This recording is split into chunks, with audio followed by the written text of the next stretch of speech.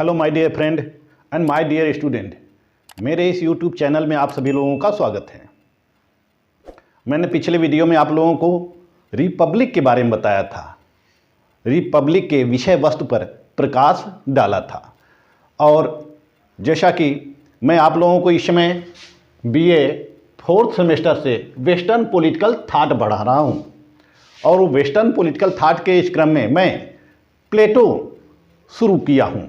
इसके पहले मैंने रिपब्लिक के बारे में बताया था, उसके पूर्व मैंने प्लेटो की जीवनी, अध्ययन पद्धति और प्लेटो के विचारों पर प्रभाव इत्यादि से अवगत कराया था। आज मैं आप लोगों को प्लेटो का न्याय सिद्धांत के बारे में बताऊंगा।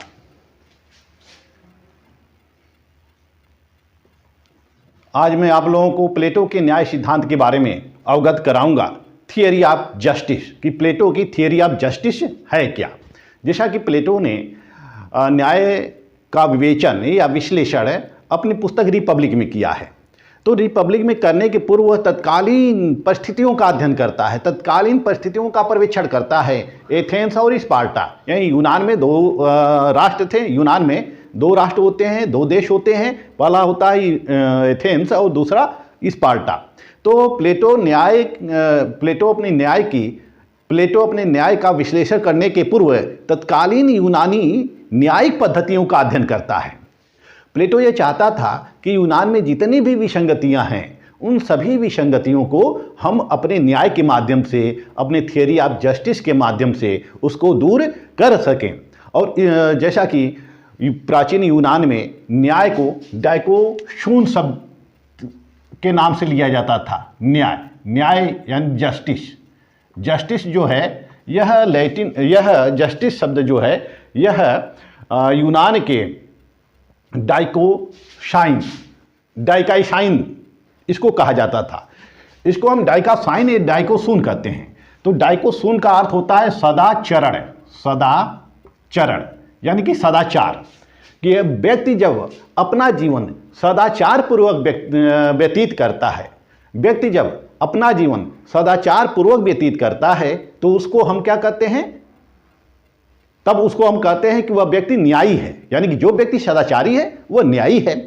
प्लेटो चाहता था कि तत्कालीन एथेंस में लोग सद्गुणों का पालन करें, सद्गुणों के साथ रहें, सदाचार का पालन करें, और इसी उद्देश्य को दृष्टिगत रखते हुए प्लेटो रिपब्लिक की रचना करता है। प्लेटो ने रिपब्लिक की रचना इसलिए की कि उसके रिपब्लिक का प्रभाव यूनानियों पे पड़े, और यूनानी के लोग जो हैं वो सदाचार पूर्वक रहें, सद्गुण के साथ रहें। क्योंकि तत्कालीन यूनान में भ्रष्टाचार व्याप्त हो गया था। जैसा कि 30 आतताइयों के शासन का नाम आता है, तो उस समय भ्रष्टाचार व्याप्त हो गया था। शिक्षा पतन की ओर उन्मुख हो गई थी, न्याय व्यवस्था पतन की ओर उन्मुख हो गई थी। जिसके पास धन होता है वह न्याय भी प्राप्त कर लेता है। और इस तरह से चूंकि यह जो अराजकतापूर्ण व्यवस्था होती है, उस अराजकतापूर्ण व्यवस्था या न्याय व्यवस्था ने ही सुकरात को विस्पान के लिए मजबूर किया। सुकरात को दंड दिया, सुकरात को वह न्याय व्यवस्था ने ही दंड दिया। तो प्लेटो के ऊपर उस समय के जो शासन व्यवस्था होती है, उस शासन व्यवस्था का प्रभाव प्लेटो के ऊपर पड़ता है, और वह रिपब्लिक की रचना करता है न्याय स्थापित करने के लिए। न्याय ही नहीं बल्कि रिपब्लिक में ढेर सारी बातों, ढेर सारी विषयों का समावेश किया गया है। तो प्लेटो ने इस रिपब्लिक में न्याय का विवेचन किया है, रिपब्लिक में। और जो यह रिपब्लिक है, यह केवल न्याय पर ही लिखा गया नहीं है, बल्कि शिक्षा शास्त्र पर लिखा गया, नीति शास्त्र पर लिखा गया, अध्यात्म शास्त्र पर लिखा गया ग्रंथ है।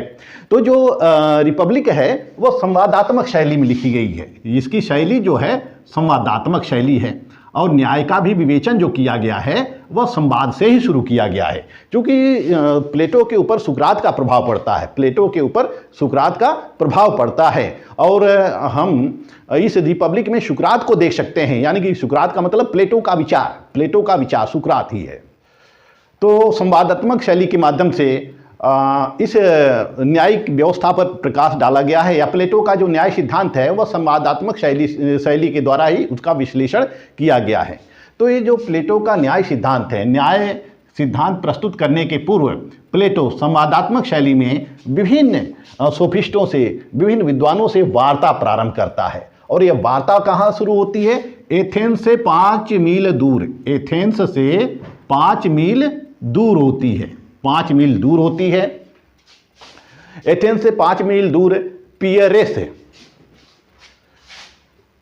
पियरेस, पियरेस बंदरगाह होता है, यह बंदरगाह, पियरेस बंदरगाह से इसकी वार्ता शुरू होती है पियरेस बंदरगाह पर। पियरेस बंदरगाह के नज़दीक जो पोलीमार्कस होता है या सिफालस होता है, उस सिफालस का घर होता है। तो उसके घर पर बेंडिस देवी का उत्सव मनाया जा रहा था। एक देवी हैं, देवी होती हैं बेंडिस, बेंडिस देवी का उत्सव मनाया जा रहा था। किसका? बेंडिस देवी का उत्सव मनाया जा रहा था। और इसी उत्सव में ढेर सारे लोग भाग लिए थे। तो उत्सव जब रात्रिकालीन उत्सव होता है, उत्सव जब समाप्त होता है, तो उत्सव समाप्त होने के पश्चात सिफालस जो होता है, सिफालस वह आमंत्रित करता है किसको? प्लेटो को। प्लेटो को सिफालस आमंत्रित करता है, अपने घर ले जाता है और घर ले जाकर सिफालस जो होता है घर ले जाकर वह प्लेटो का आदर सत्कार करता है। तो प्लेटो के साथ केवल सिफालस ही नहीं होता है, बल्कि ग्लाका भी होता है, सिफालस का पुत्र पोलीमार्कस भी होता है, थ्रेसीमेकस भी होता है। थ्रेसीमेकस उस समय का विद्वान होता है, सोफिस्ट होता है। तो विभिन्न विद्वान प्लेटो के साथ होते हैं, सारे विद्वान जाते हैं सिफालस के घर, वहाँ पर उनका आदर सत्कार किया जाता है, आतिथ्य सत्कार किया जाता है। तो आतिथ्य सत्कार करते हुए जो सिफालस होता है, सिफालस वह पिंडार के शब्दों में अभिव्यक्त करता है। कवि पिंडार, महान कवि पिंडार के शब्दों को उद्धृत करते हैं।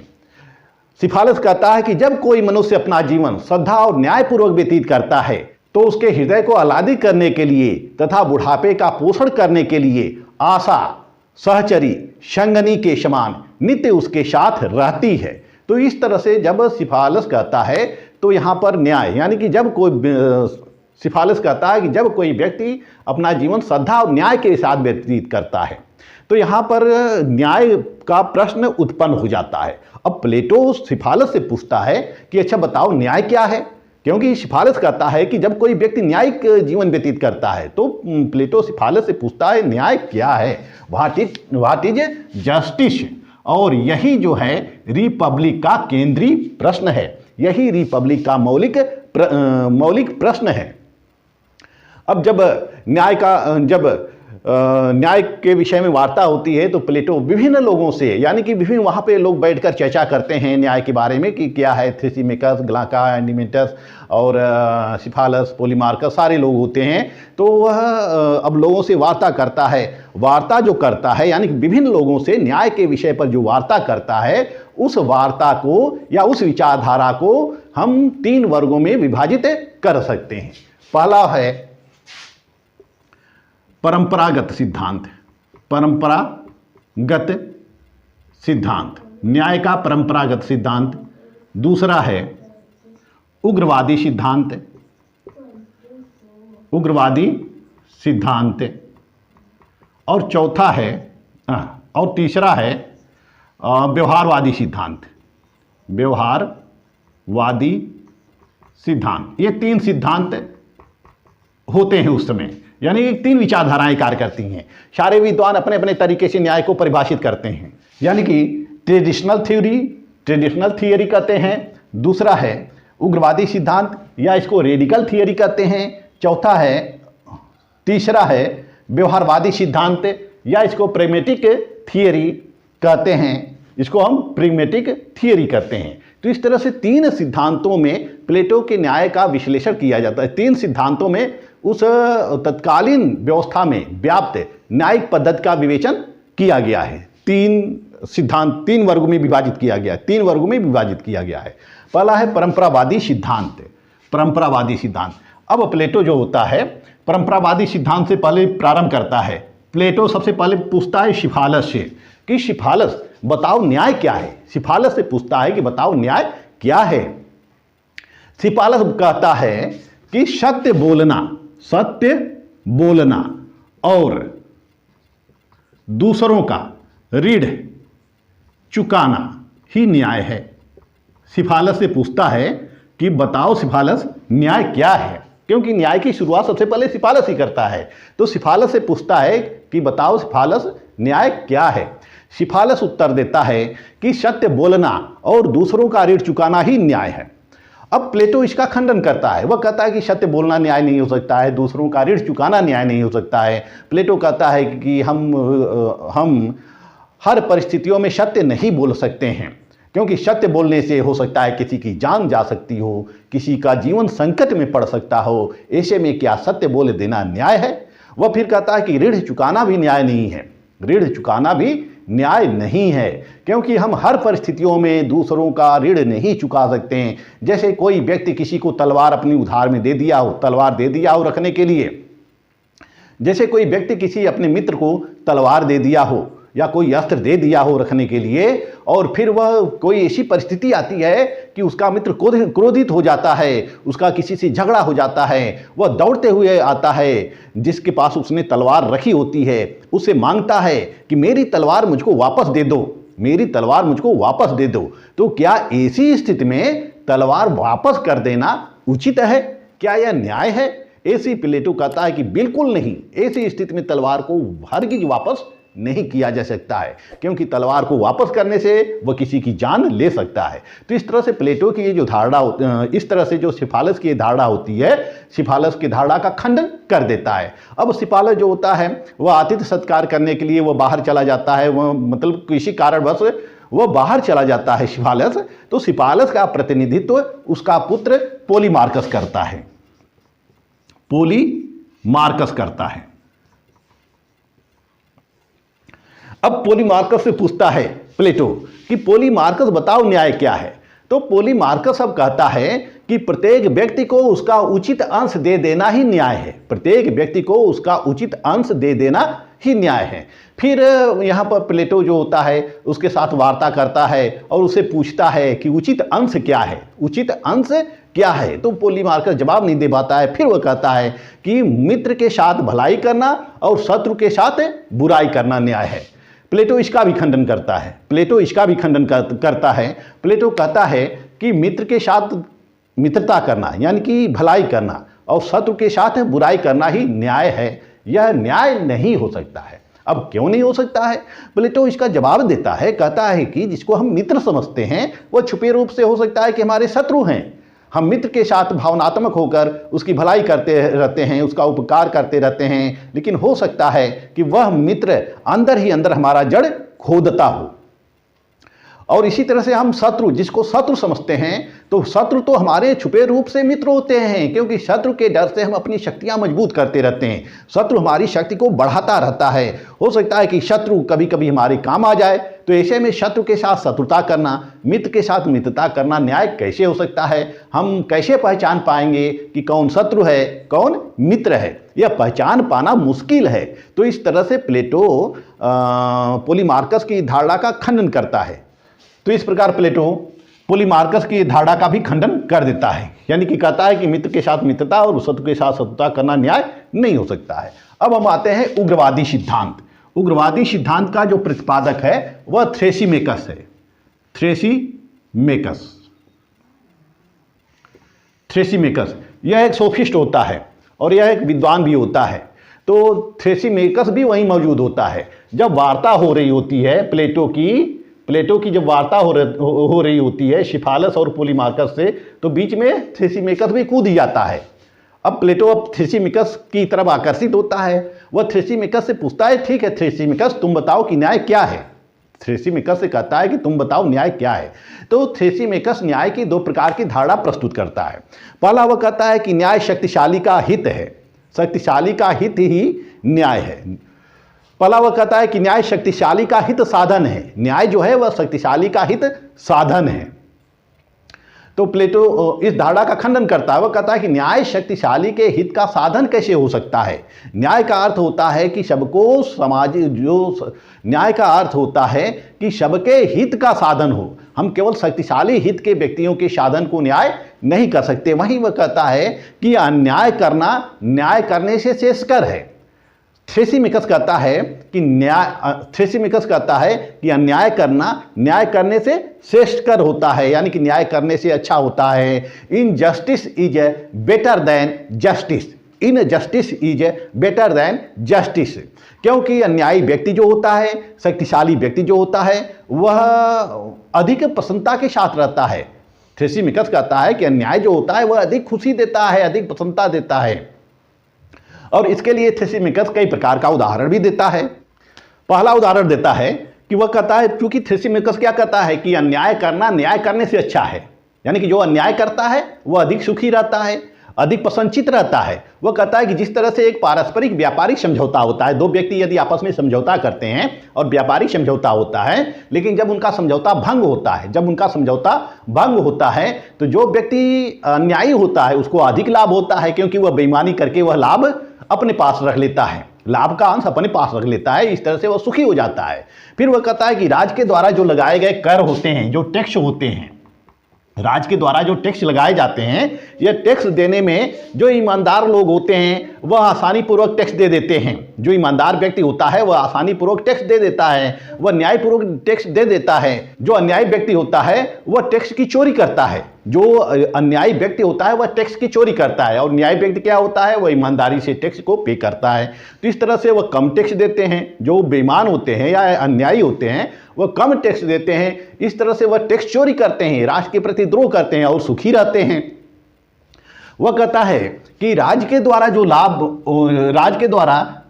प्रदान किया जाता है, यानी कि राज जो लोगों को लाभ प्रदान करता है, वह लाभ लेने में अन्यायी व्यक्ति भी सबसे आगे होते हैं। जो अन्यायी व्यक्ति होते हैं वह बीच में ही कूदकर राज के द्वारा समस्त लाभ जो होता है वह स्वयं ले लेते हैं। वह उनके पास, वंचितों के पास नहीं पहुंच पाता है, यानी कि जिनको प्राप्य है उन तक यह लाभ नहीं पहुंच पाता है।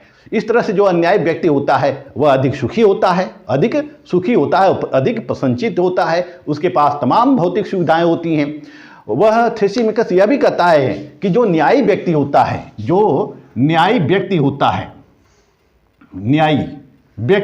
है, वह दूसरों को कष्ट पहुंचाता है, वह अपनी ईमानदारी के द्वारा दूसरों को कष्ट पहुंचाता है, दूसरों को हानि पहुंचाता है, और उसके वजह से अनेक लोग सुखों से वंचित हो जाते हैं। तो इस प्रकार थ्रेसिमिकस इतना उदाहरण देता है, चूंकि वह सोफिस्ट होता है इसलिए इतना उदाहरण देकर वह न्याय को न्याय से बेहतर बताता है। अब प्लेटो इसका भी खंडन करता है। प्लेटो इस उग्रवादी धारणा का भी खंडन करता है जिसके प्रतिपादक थ्रेसिमिकस हैं। प्लेटो कहता है कि यह न्याय नहीं हो सकता है। वह कहता है, चूंकि थ्रेसिमिकस कहता है कि अन्याय करना, थ्रेसिमिकस कहता है कि न्याय शक्तिशाली का हित साधन है, न्याय शक्तिशाली का हित साधन है, यानी कि शक्तिशाली व्यक्ति जो भी करता है अपने स्वार्थ के लिए, जो भी करता है वह न्यायपूर्ण होता है। प्लेटो यहाँ खंडन करता है। प्लेटो कहता है कि शासन करना एक कला है, इसका उद्देश्य स्वार्थ पूर्ति नहीं है। शासन करने का उद्देश्य केवल हम अपने स्वार्थों की पूर्ति नहीं करें बल्कि लोगों की भलाई करें। शासन का उद्देश्य क्या होना चाहिए? लोगों की भलाई करना होना चाहिए, अधिकतम लोक कल्याण होना चाहिए।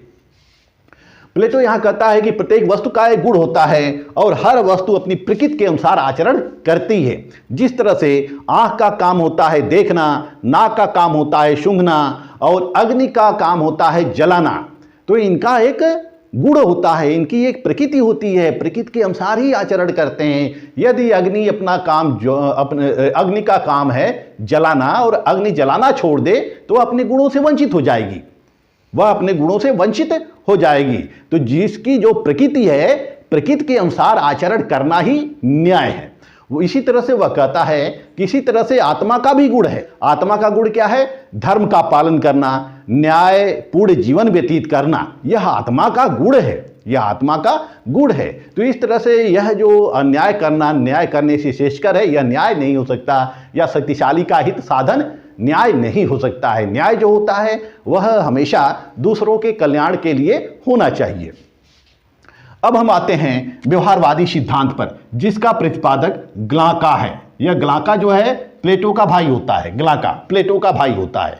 अब ग्लाका व्यवहारवादी सिद्धांत का प्रतिपादक है, ग्लाका से पूछता है। अब बीच में ग्लाका भी आ जाता है, क्योंकि सारे लोग बैठे होते हैं, वार्ता हो रहती है संवादात्मक शैली में। जिस तरह से सुकरात संवादात्मक शैली में अपने लोगों से प्रश्न पूछता रहता था और प्रश्न का उत्तर लोग नहीं दे पाते थे, तो वह फिर अपने शब्दों में उसको अभिव्यक्त करता था। इसी तरह से प्लेटो लोगों से पूछता है और ग्लाका की बारी आती है और ग्लाका से पूछता है, ग्लाका बताओ न्याय क्या है। ग्लाका कहता है कि न्याय एक कृत्रिम वस्तु है। न्याय क्या है?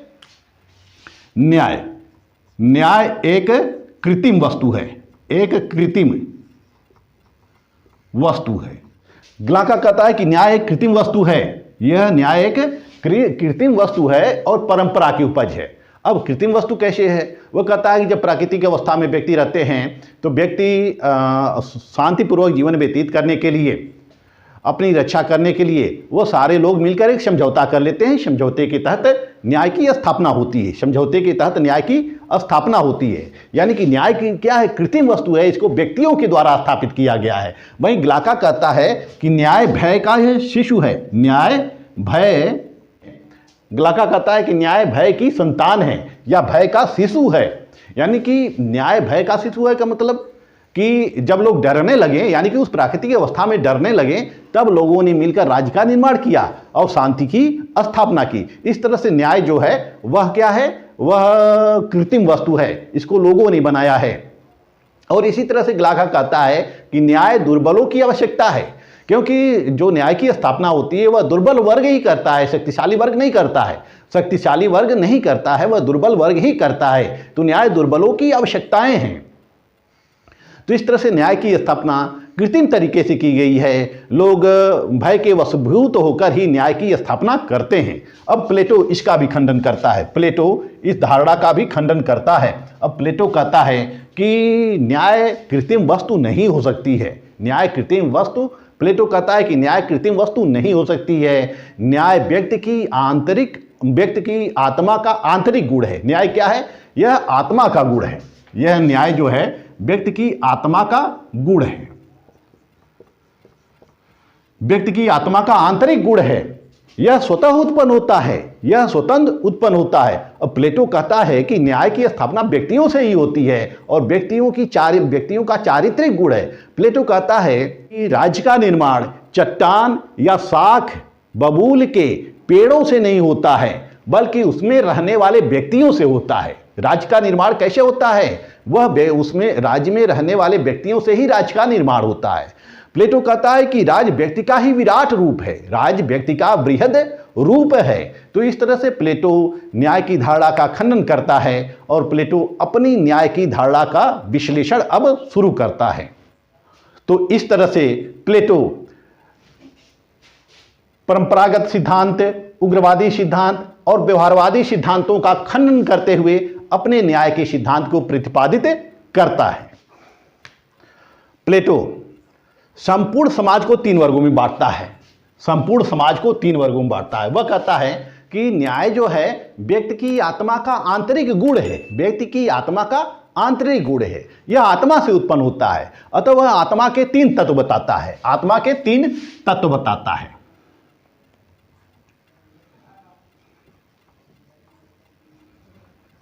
आत्मा के 3 तत्व बताता है। पहला है विवेक। इस तरह से प्लेटो आत्मा के 3 तत्व बताता है। वह कहता है कि विवेक, साहस और क्षुधा। वह कहता है कि विवेक का जो स्थान होता है वह सबसे ऊपर होता है। विवेक का, आत्मा में जो विवेक का स्थान होता है वह सबसे ऊपर होता है। उसके पश्चात साहस होता है, उसके पश्चात तृष्णा होती है या क्षुधा होती है। इसी तरह से वह राज्य को भी 3 वर्गों में बांटता है। राज्य को 3 वर्ग में बांटता है। यानी कि वह कहता है कि जो विवेक का प्रतिनिधित्व करता है वह शासक वर्ग में होता है। शासक वर्ग में होता है। जो साहस का प्रतिनिधित्व करता है, जिनके अंदर साहस की प्रचुरता होती है, वह सैनिक वर्ग में होते हैं। सैनिक वर्ग में होते हैं। और जिनके अंदर क्षुधा की प्रधानता होती है वह उत्पादक वर्ग में होते हैं। उत्पादक वर्ग में होते हैं। इस तरह से प्लेटो व्यक्ति की आत्मा के 3 प्रकार बताते हुए, 3 तत्व बताते हुए राज्य को भी 3 वर्गों में बांटा है। राज्य का त्रिवर्गीय विभाजन किया है। शासक वर्ग, सैनिक वर्ग और उत्पादक वर्ग। अब प्लेटो कहता है कि यह राज्य के जो 3 वर्ग हैं, यह तीनों वर्ग मिलकर ही राज्य का निर्माण करते हैं। तीनों वर्ग मिलकर ही राज्य का निर्माण करते हैं। प्लेटो कहता है कि शासक वर्ग, इसमें किसकी प्रधानता होती है? विवेक की प्रधानता होती है, बुद्धि की प्रधानता होती है, बुद्धि की प्रधानता होती है। दूसरा है साहस। साहस जो है वह सैनिक वर्ग का प्रतिनिधित्व करता है। सैनिक वर्ग में साहस होता है और उत्पादक वर्ग में तृष्णा होती है या क्षुधा होती है। तो ये तीनों वर्गों का अलग अलग गुण होता है। शासक वर्ग जो होता है वो शासन का कार्य करता है, जैसे नीतियां बनाना, संचालित करना, समाज की सेवा करना, इनको यही कार्य करने चाहिए। और जो सैनिक वर्ग होता है उसका कार्य है कि वह देश की रक्षा करे, राज्य की सुरक्षा करे। और उत्पादक वर्ग का कार्य है कि वह अधिक से अधिक उत्पादन का कार्य करे, अधिक से अधिक उत्पादन का कार्य करे। जब वह अधिक से अधिक उत्पादन का कार्य करेगा, वह इतना अधिक उत्पादन का कार्य करे कि सबकी आवश्यकताएं पूर्ति होती रहे, क्योंकि शासक वर्ग उत्पादन का कार्य नहीं करेगा, सैनिक वर्ग उत्पादन का कार्य नहीं करेगा। जो भी उत्पादन के कार्य होंगे वह उत्पादक वर्ग के द्वारा किया जाएगा। तो इस तरह से प्लेटो राज्य को 3 वर्गों में बांटता है। तो इस तरह से राज्य को भी वह 3 तत्वों में बांटता है। राज्य के 3 तत्व, राज्य को वह 3 तत्वों में बांटता है। वह राज्य के 3 तत्व बताता है। पहला तत्व है आर्थिक तत्व, और दूसरा है सैनिक तत्व, तीसरा है दार्शनिक तत्व। और जो आर्थिक तत्व होता है यह समाज की नींव होती है, राज्य की नींव होती है, क्योंकि आर्थिक वर्गों के द्वारा सभी प्रकार का आर्थिक उत्पादन किया जाता है। इसी तरह से सैनिक तत्व जो होता है, क्योंकि जब आर्थिक उत्पादन बढ़ता है तो राज्य को सुरक्षा की भी आवश्यकता पड़ती है। जब राज्य में अधिक से अधिक उत्पादन होता है, राज्य में भौतिक संसाधनों का भरमार होता है, राज्य में समृद्धता आती है, संपन्नता आती है, तो राज्य की सुरक्षा की भी आवश्यकता होती है।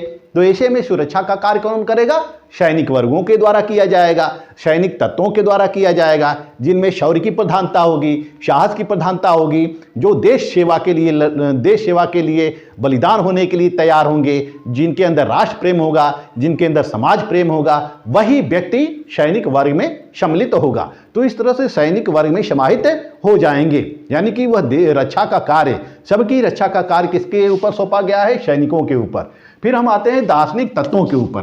केवल आर्थिक संसाधन मुहैया होने से या रक्षा संबंधी कार्य होने से ही राज्य का निर्माण नहीं होता है, राज्य का संचालन नहीं होता है, बल्कि उसके लिए दार्शनिक लोगों की आवश्यकता होती है, रूलिंग क्लास की आवश्यकता होती है कि नीतियां कौन बनाएगा, नियम कौन बनाएगा, संचालन किस प्रकार से किया जाएगा, लोक कल्याणकारी कार्य के लिए रूपरेखा कौन तैयार करेगा। इसके लिए दार्शनिकों की जरूरत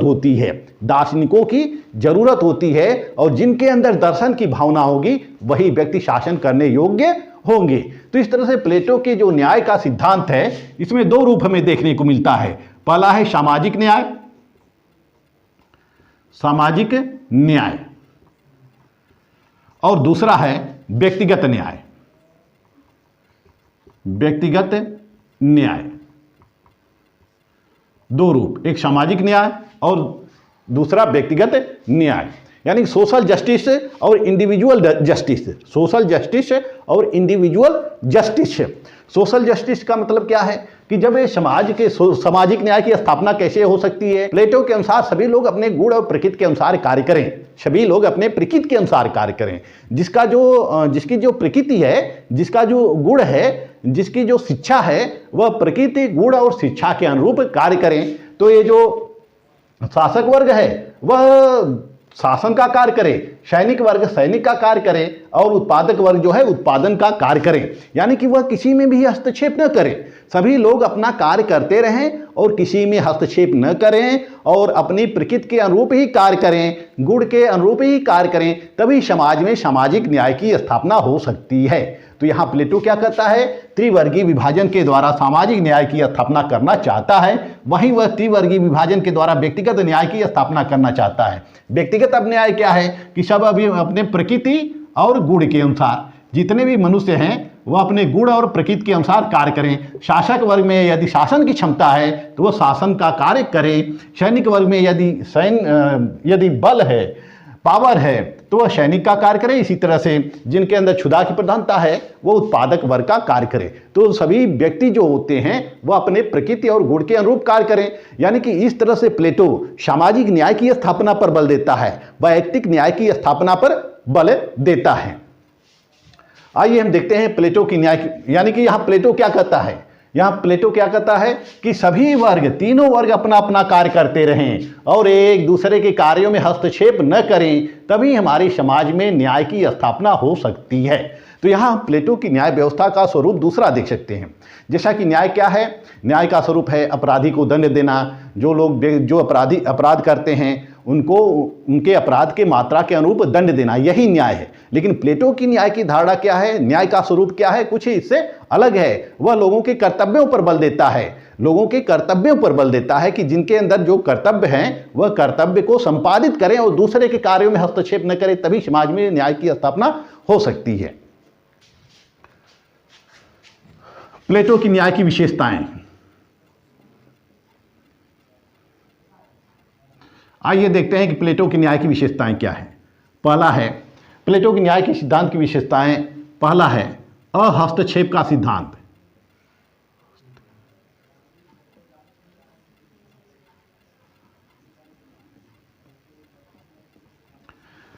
यहां प्लेटो ने जो सिद्धांत प्रतिपादित किया है वह अहस्तक्षेप का सिद्धांत का प्रतिपादन वह करता है, क्योंकि प्लेटो कहता है कि तीनों वर्ग अपना अपना कार्य करें, शासक वर्ग और सैनिक वर्ग, उत्पादक वर्ग अपना अपना कार्य करें और किसी भी दूसरे के कार्यों में हस्तक्षेप न करें। यदि हस्तक्षेप कर देंगे तब तो वह न्याय नहीं होगा। वह हस्तक्षेप न करें और हस्तक्षेप बिना किसी हस्तक्षेप का अपना अपना कार्य करते रहें। फिर यह हम देखते हैं कि प्लेटो कार्य विशेषीकरण का सिद्धांत प्रतिपादित करता है। कार्य विशेषीकरण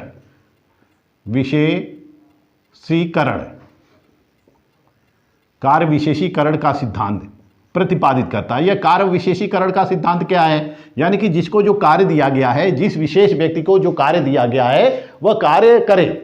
विशेष व्यक्तियों को जो विशेष कार्य सौंपा गया है वह कार्य करे, यानी कि एक व्यक्ति एक कार्य का सिद्धांत प्रतिपादित करता है। प्लेटो यहां एक व्यक्ति एक कार्य का प्रतिपादन करता है। तीसरी विशेषता आती है प्लेटो के न्याय सिद्धांत की, सामंजस्य और समन्वय। सामंजस्य व समन्वय।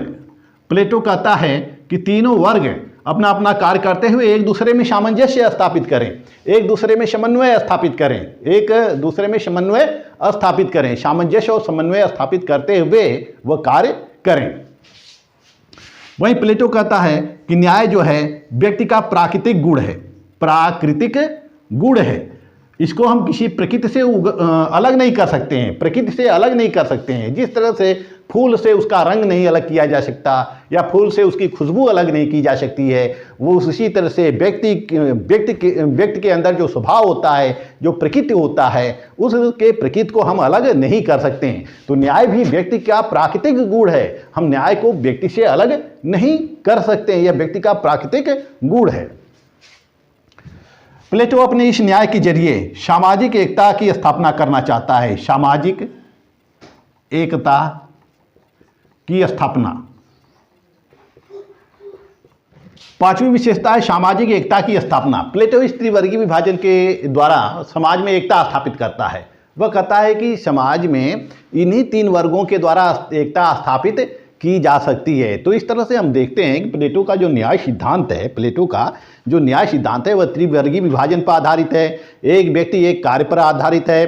कार्य विशेषीकरण का सिद्धांत प्रतिपादित करता है। वह अहस्तक्षेप का सिद्धांत प्रतिपादित करता है कि जिसका जो कर्म है, जिसका जो कर्तव्य है, जिसकी जो ड्यूटी है वही कार्य करे, यही प्लेटो का न्याय सिद्धांत है। लेकिन प्लेटो के इस न्याय सिद्धांत की विभिन्न विचारकों के द्वारा, विभिन्न विद्वानों के द्वारा आलोचना की गई है। अरस्तु ने सबसे पहले इसकी आलोचना की है।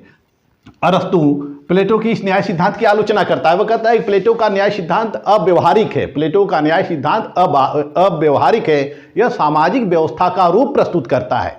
यह सामाजिक व्यवस्था का रूप प्रस्तुत करता है। इसी तरह से विभिन्न विचारकों के द्वारा प्लेटो की न्याय की आलोचना भी की गई है। तो इस तरह से हम देखते हैं कि जो प्लेटो का न्याय सिद्धांत है वह हमारे भारतीय व्यवस्था के वर्ण व्यवस्था से मिलता जुलता है। जैसे भारत में मनुस्मृति में जो वर्ण व्यवस्था दी गई थी कि वर्ण व्यवस्था दी गई, और उस वर्ण व्यवस्था में इस समाज को 4 वर्गों में बांटा गया था, ब्राह्मण, क्षत्रिय, वैश्य, शूद्र। ठीक इसी तरह से प्लेटो ने भी उस राज्य का विभाजन किया है, शासक वर्ग, सैनिक वर्ग और उत्पादक वर्ग। यानी कि उत्पादक वर्ग, शासक वर्ग, सैनिक वर्ग और उत्पादक वर्ग। तो प्लेटो की जो ये न्याय व्यवस्था है, यानी कि समाज का जो त्रिवर्गीय विभाजन है, यह वर्ण व्यवस्था से मिलती जुलती प्रतीत होती है। वर्ण व्यवस्था में भी जिसको वर्ण व्यवस्था में भी जिसका जो गुण है, जिसका जो धर्म है, जिसकी जो प्रकृति है, उस प्रकृति के अनुसार ही आचरण करना बताया गया है। तो इस तरह से प्लेटो की इस न्याय व्यवस्था की आलोचना भी विभिन्न विचारकों के द्वारा की गई है। ये जो प्लेटो का न्याय सिद्धांत है वर्तमान जगत में प्रासंगिक नहीं होता है। यह वर्तमान जगत में लागू नहीं किया जा सकता है। यह केवल दर्शन में ही हो सकता है, सपने में भी हो सकता है, और वास्तव में इस प्रकार की समाज का, इस प्रकार के वर्ग की भी स्थापना नहीं की जा सकती है। तो इसी वीडियो में बस इतना ही। आप लोग मेरा वीडियो देखते रहिए। अगले वीडियो में मैं प्लेटो का शिक्षा सिद्धांत बताऊंगा। मेरा वीडियो आपको अच्छा लगे तो मेरे चैनल को लाइक, सब्सक्राइब और शेयर करते रहिए। मिलते हैं नेक्स्ट वीडियो में, तब तक के लिए धन्यवाद।